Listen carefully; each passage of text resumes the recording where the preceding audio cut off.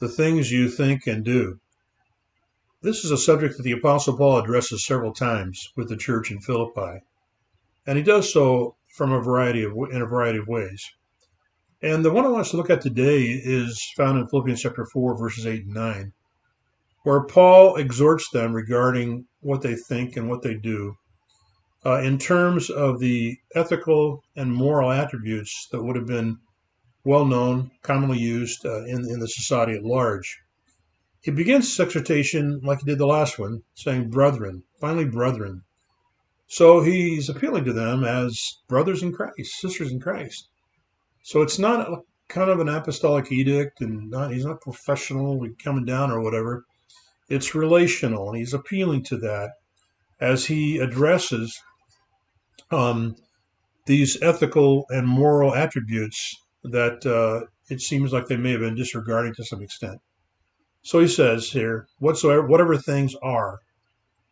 Now there's a forceful repetition of whatever things are, which is designed, I think, to give emphasis to each of the 6 moral qualities that he is listing.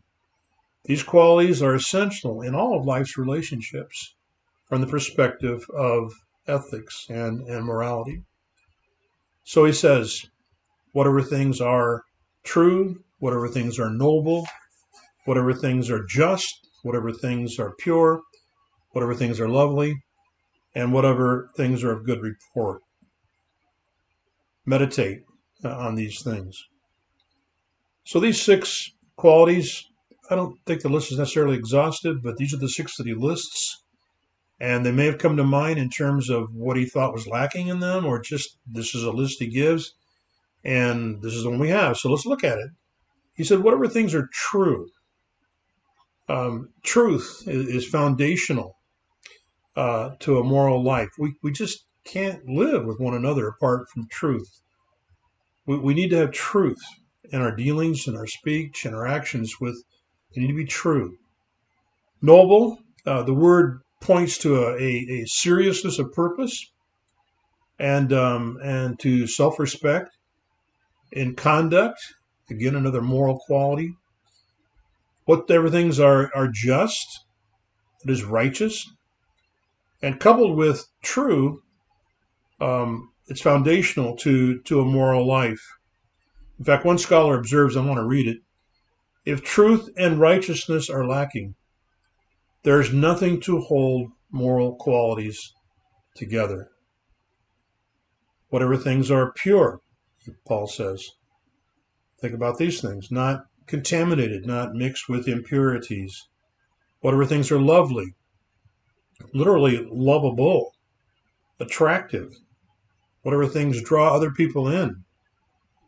And then finally, whatever things are of a good report, whatever things are well spoken of. So it matters the kind of report that we're listening to and acknowledging as being good. So these are the 6 things, these 6 moral qualities that he lists here. And he says if there's any virtue and if there's anything praiseworthy, New King James says meditate on these things. A virtue simply is moral goodness. Praiseworthy means it's something that is worthy of praise, worthy of commendation, worthy of honor. And so these 6 qualities that he lists here, these 6 moral attributes, are about virtue and about doing something that is praiseworthy. He says meditate on these things. You could say consider these things. In fact, it's a little bit stronger than that. It has the idea of make these things the subject of careful consideration. Then he goes on and says, the things which you learned and received and heard and saw in me, these do, and the God of peace will be with you. Now, I think we can say that Paul was one who made these things the subject of careful consideration. He tells them that the fruit of his own attention to these things is clearly evidenced in all aspects of his life with them.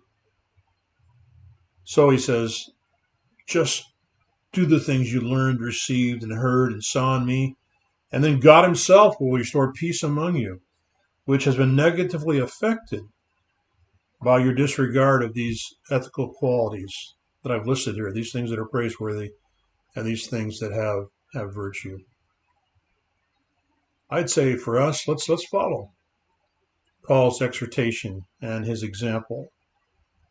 Let's give careful consideration to these things. And then let's enjoy the peace of God's presence.